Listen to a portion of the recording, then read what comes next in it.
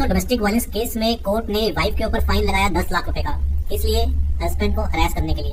क्या है पूरा मामला, क्या है पूरी जजमेंट, क्या है पूरे फैक्ट्स, इस वीडियो में हम जानेंगे। आखिरकार वो टाइम आ गया है जब कोर्ट वाइफ को पनिश कर रही है, उनके ऊपर फाइन लगा रही है, क्योंकि वो अपने पति को या अपने और ससुराल वालों को बेवजह ही हरास कर रही है लिटिगेशन में। इस वीडियो में हम जानेंगे पूरा मैटर क्या था, पूरी जजमेंट क्या थी। क्योंकि डोमेस्टिक वायलेंस केसेस में ये बहुत ही इंपॉर्टेंट जजमेंट है और आगे आने वाले टाइम में इस जजमेंट को काफी यूज किया जाएगा और करना भी चाहिए, क्योंकि बहुत बार देखा गया है कि डोमेस्टिक वायलेंस केस यूज की जगह मिसयूज होता है सिर्फ हरास करने के लिए हस्बैंड को या इन-लॉज को विदाउट एनी रीजन। देखिए, सबसे पहले हम केस के फैक्ट्स जान लेते हैं। केस के फैक्ट्स क्या है? देखिए, वाइफ ने डोमेस्टिक वायलेंस के एलिगेशन लगाए अपने हस्बैंड के ऊपर। ये बात है फरवरी 2019 की।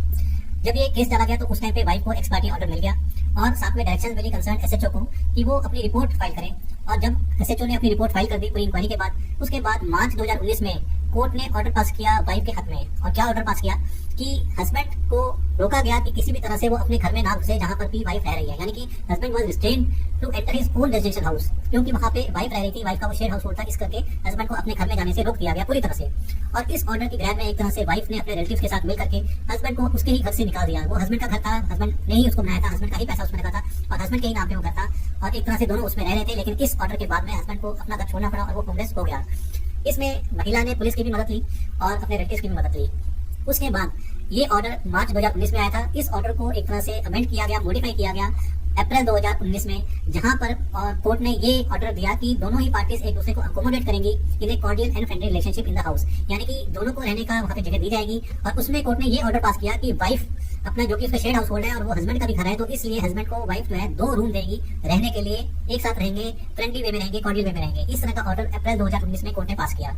इसके बाद इस ऑर्डर की अपील महिला ने वहां पे डिस्ट्रिक्ट जज के पास की। श्रीनगर का मैटर है क्योंकि ये श्रीनगर डिस्ट्रिक्ट में डिस्ट्रिक्ट जज के पास करी और जो कि उसकी अपील वहां पे डिसमिस हो गई। उसके बाद महिला हाई कोर्ट तक गई, उसने चैलेंज किया डिस्ट्रिक्ट कोर्ट, एडिशनल डिस्ट्रिक्ट जज के ऑर्डर को, तो वहां पर भी हाई कोर्ट में भी वो उसका केस डिसमिस हो गया, यानी कि हस्बैंड को 2 रूम देने ही देने पड़ने थे। वो वहां तक नहीं रुकी, उसके बाद वो ऑनरेबल सुप्रीम कोर्ट तक गई और सुप्रीम कोर्ट में भी उसने जो नीचे के जितने भी ऑर्डर्स थे उनको चैलेंज किया कि हस्बैंड को ये 2 रूम्स नहीं मिलने चाहिए।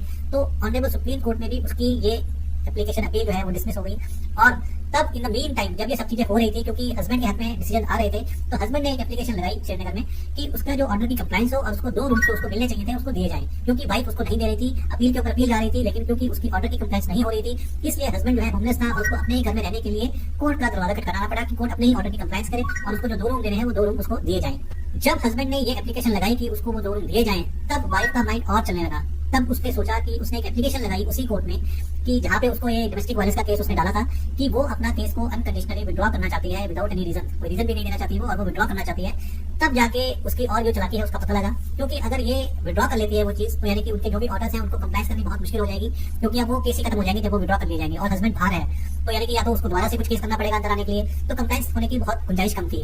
तो जब उसने एप्लीकेशन फाइल करी कि वो अपने केसेस विड्रॉ करना चाहती है, तो हस्बैंड ने अपने ऑब्जेक्शंस दिए पूरी तरह से कि इसने जितने भी एलिगेशन लगाए थे इससे पता लगता है कि वो फॉल्स थे। ये एक तरह से अब अपने पूरे स्टैंड पे उलट जा रही है, बैक स्टैंड कर रही है अपना, और उसका एक रीजन ये भी है कि इसको वो 2 रूम्स कंप्लायंस में देने पड़ेंगे, इस वजह से भी अपना विड्रॉ करना चाहती है। तो कोर्ट ने सारी चीजें समझी, इस पर कोर्ट ने अपनी टिप्पणियां दी, उन्होंने अपने विचार रखे। उन्होंने कहा कि ये शॉकिंग एग्जांपल है किस तरह से लीगल प्रोसेस को अब्यूज किया जा रहा है पिटिशनर के द्वारा। पिटिशनर ने कोई कसर नहीं छोड़ी है इसको खींचने की, वो हाई कोर्ट तक, सुप्रीम कोर्ट तक गई है, सिर्फ इसलिए कि वो अपने हस्बैंड को डिप्राइव कर सके, उसको वंचित रख के उसके शेयर हाउस होल्ड, यानी कि उसके अपने घर से, जो कि हस्बैंड का भी घर है एक तरह से। कोर्ट ने साथ में ये भी कहा कि डोमेस्टिक वायलेंस एक्ट इसलिए बनाया गया ताकि महिलाओं को प्रोटेक्शन मिल सके अपने डोमेस्टिक रिलेशनशिप में, यहाँ पर भी उनके ऊपर वायलेंस हो रहा है। लेकिन इसलिए बिल्कुल भी नहीं बनाया गया, इसलिए बिल्कुल भी डिजाइन नहीं किया गया कि वो अपने स्पाउस को या अपने इन-लॉज को या अपने रिलेटिव्स को बिना बात के हरास कर सकें और उनको अपने ही घर से वंचित कर दें। ऑनरेबल कोर्ट ने महिला ने जो एप्लीकेशन लगाई थी केसेस को विड्रॉ करने की, साथ में बाकी सभी एप्लीकेशंस और उसकी पिटीशन जो उसने डोमेस्टिक वायलेंस एक्ट में दी थी, सभी को डिसमिस एज विड्रॉ कर दिया गया, यानी कि सभी की सभी चीजें डिसमिस एज विड्रॉ की गई।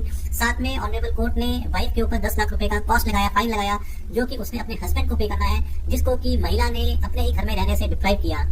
और एसएचओ को ऑर्डर किए गए कि वो ऑर्डर को, जो कि जिसमें कि हस्बैंड को 2 कमरे मिलने हैं, उसकी कंप्लाइंस करें, और महिला को 1 महीने का टाइम दिया गया 10 लाख रुपए हस्बैंड को देने का। अगर वो नहीं देती है तो उसके ऊपर रिकवरी प्रोसीडिंग्स चला सकते हैं। तो ये था आज का केस, कैसे डोमेस्टिक वायलेंस एक्ट को खींच कर अब्यूज किया गया, सुप्रीम कोर्ट तक ले जाया गया, उसके बाद विड्रॉ करने की एप्लीकेशन लगाई गई, लेकिन जजेस ने इस पूरे केस को समझा और हस्बैंड को रिलीफ दिया, साथ में उसको एक तरह से कंपनसेशन दिया, जो कि महिला के ऊपर फाइन लगाया गया 10 लाख रुपए का।